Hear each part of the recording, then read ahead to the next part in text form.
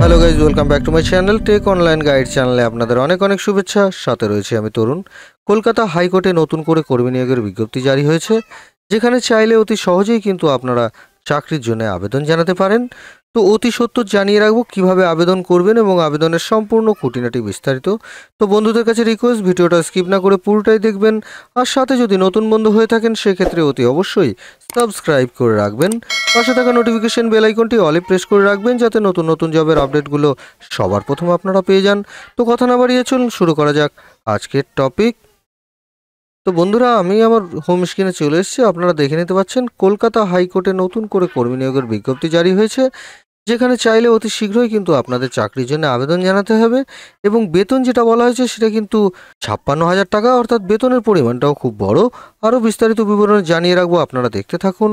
প্রথমে যে বিষয় নিয়ে কথা বলবো সেটি কিন্তু পদের নাম ইন্টারপ্রেটিং অফিসার। এই পদে কিন্তু কর্মী নিয়োগ করা হবে। তো পদের নাম কিন্তু আপনারা এখানে দেখে নিতে পারছেন। তারপরে বলে রাখবো মোট শূন্যপদ। এখানে মোট শূন্যপদ যেটা বলা হয়েছে সেটা কিন্তু 8টি শূন্যপদ, অর্থাৎ এই 8টি শূন্যপদেই কিন্তু কর্মী নিয়োগ করা হবে। তো এরপরে যে বিষয় নিয়ে কথা বলবো সেটা কিন্তু মাসিক বেতন। মাসিক বেতন যেটা বলা হয়েছে, যে সকল চাকরির প্রার্থীরা এই পদের জন্য নিযুক্ত হবেন তাদের মাসিক বেতন থাকবে 65,100 টাকা থেকে 1,44,300 টাকা পর্যন্ত। অর্থাৎ বেতনের যে পরিমাণ সেটাও কিন্তু খুব ভালো এবং খুব বড়। তো এটা কিন্তু একটা সম্মানীয় বা খুব গুরুত্বপূর্ণ পোস্টে কিন্তু রিক্রুটমেন্ট করা হচ্ছে। তো অতি অবশ্যই কিন্তু এখানে আপনারা চাকরির জন্য আবেদন জানাবেন। তার আগে শিক্ষাগত যোগ্যতা সম্পর্কে একটু বলে রাখি। কলকাতা হাইকোর্টের অফিসিয়াল বিজ্ঞপ্তি অনুযায়ী ইন্টারপ্রেটিং অফিসারের যে পদ রয়েছে তার জন্য যে শিক্ষাগত যোগ্যতার দরকার সেটা কিন্তু যে কোনো স্বীকৃত শাখা বা বিশ্ববিদ্যালয় থেকে হিন্দি অথবা বাংলা অথবা উর্দু অথবা অলচিক অথবা সাঁওতালি ইত্যাদি যে কোনো একটি বিষয়ের উপরে ডিগ্রি অর্জন করে থাকলে কিন্তু আপনারা আবেদন জানাতে পারছেন। অর্থাৎ এই যে সাবজেক্টগুলো দেখছেন, এই সাবজেক্টের উপরেই যদি আপনারা ডিগ্রি অর্জন করে থাকেন সেক্ষেত্রে কিন্তু এই পদের জন্য আপনারা অনায়াসে আবেদন জানাতে পারছেন। এরপরে বলে রাখবো বয়স সীমা সম্পর্কে। আবেদনকারীর প্রার্থীদের জন্য বয়স যেটা বলা হয়েছে সেটা কিন্তু 18 বছর এবং সর্বোচ্চ বয়স যেটা দেখবেন সেটা কিন্তু 40 বছর। অর্থাৎ 18 থেকে 40 বছর বয়সী যে সমস্ত ছেলেমেয়েরা থাকবে তারা কিন্তু এখানে অনায়াসে আবেদন জানাতে পারছেন। তো অতি অবশ্যই কিন্তু বিষয়টা দেখার পর আপনারা আবেদন করবেন। এরপরে বলে রাখবো আবেদনের প্রক্রিয়া সম্পর্কে।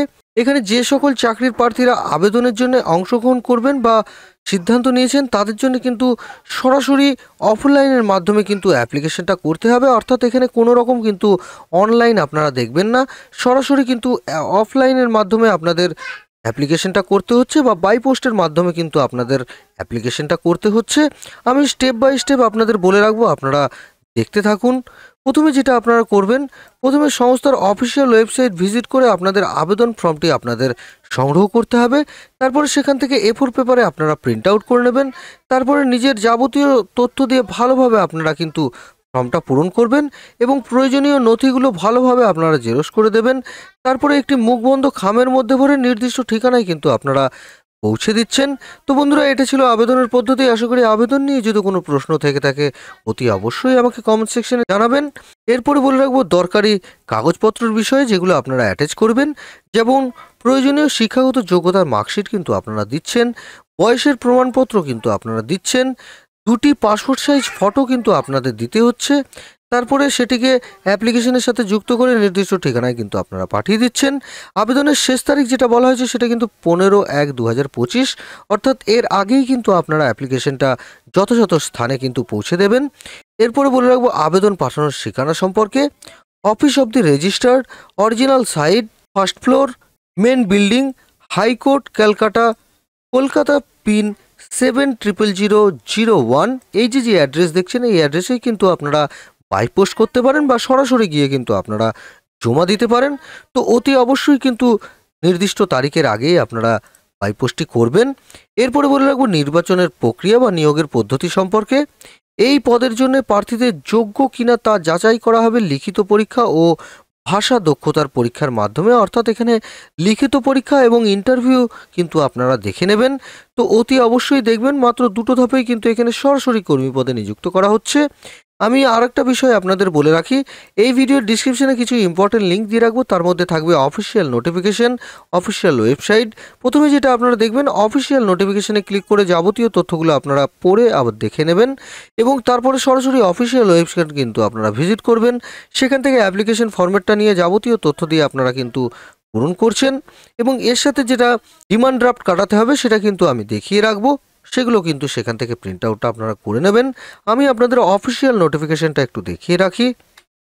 তো বন্ধুরা দেখে নিতে পাচ্ছেন, এটা কিন্তু হাইকোর্টের একটি অফিসিয়াল নোটিফিকেশন, যেটা কিনা high court at Calcutta employment notice, যেখানে রেফারেন্স নাম্বার আপনারা দেখে নিতে পারবেন এবং এখানে আপনাদের ডেটটাও দেখে নিতে পারবেন। 24 ডিসেম্বর 2024 কিন্তু এটা পাবলিশড হয়ে গেছে।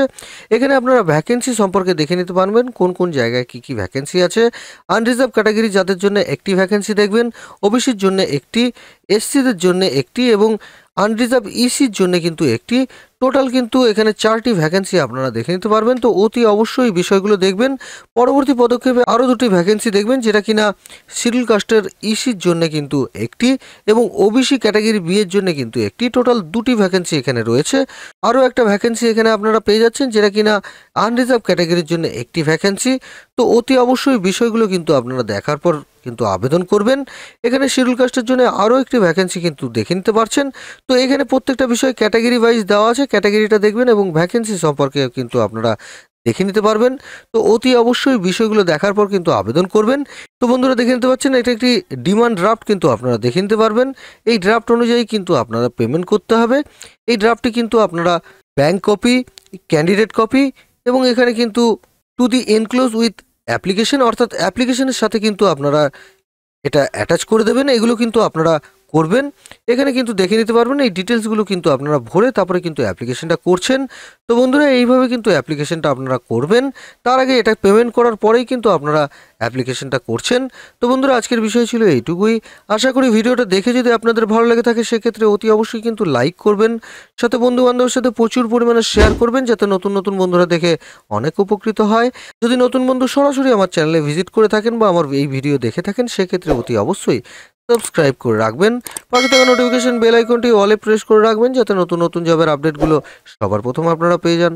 তো দেখা হচ্ছে বন্ধুরা পরের একটি জবের আপডেট বা নোটিফিকেশন নিয়ে। ততক্ষণে আপনারা ভালো থাকবেন, সুস্থ থাকবেন। ধন্যবাদ।